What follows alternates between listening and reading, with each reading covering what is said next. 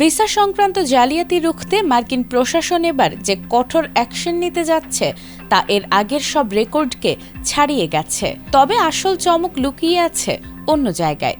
অপরাধীদের পাশাপাশি এই তালিকায় এবার এমন এক শ্রেণীর মানুষকে টার্গেট করা হয়েছে যা শুনলে আপনিও অবাক হবেন। খোদ মার্কিন নীতি নিয়ে কথা বলাই যেন এখন সাধারণ মানুষের জন্য কাল হয়ে দাঁড়িয়েছে। বার্তা সংস্থা অ্যাসোসিয়েটেড প্রেসের একটি প্রতিবেদনে মার্কিন পররাষ্ট্র মন্ত্রণালয়ের একটি গোপন নথির বরাতে ফাঁস হয়েছে চাঞ্চল্যকর তথ্য। ট্রাম্প প্রশাসনের নতুন পরিকল্পনা অনুযায়ী 2016 থেকে 2026 সালের মধ্যে যেসব বিদেশি নাগরিক B1 অর্থাৎ ব্যবসায়িক এবং B2 অর্থাৎ পর্যটন ভিসায় সাময়িকভাবে যুক্তরাষ্ট্রে প্রবেশ করে পরবর্তীতে পলিটিক্যাল অ্যাসাইলাম বা রাজনৈতিক আশ্রয়ের আবেদন করেছেন, মূলত তাদের ভিসাই বাতিল করা হচ্ছে।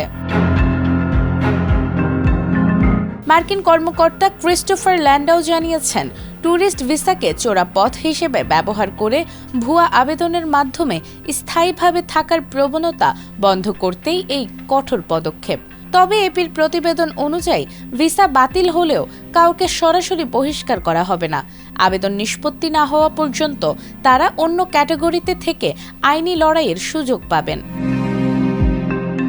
কিন্তু এই খবরের সবচেয়ে বড় টুইস্ট হলো অন্য জায়গায়।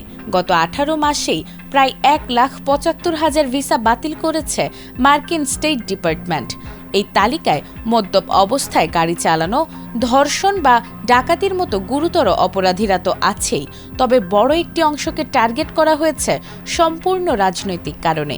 বিশেষ করে মধ্যপ্রাচ্যের বিষয়ে যারা মার্কিন পররাষ্ট্রনীতির প্রকাশ্য সমালোচনা করেছেন তাদের ভিসাও কেড়ে নিয়েছে ট্রাম্প প্রশাসন। বিশ্লেষকরা বলছেন, এর মাধ্যমে পরিষ্কার বোঝা যাচ্ছে যে ট্রাম্প প্রশাসন এখন আর কোনো ধরনের ভিন্ন মত বা সমালোচনা সহ্য করতে রাজি নয়। ট্রাম্পের এই নজিরবিহীন ও ঐতিহাসিক সিদ্ধান্ত কিন্তু প্রমাণ করে দিচ্ছে যে আগামী দিনগুলোতে বাংলাদেশ সহ বিশ্বজুড়ে সাধারণ মানুষের জন্য আমেরিকার ভিসা পাওয়া এবং সেখানে থাকা কতটা কঠিন হতে যাচ্ছে।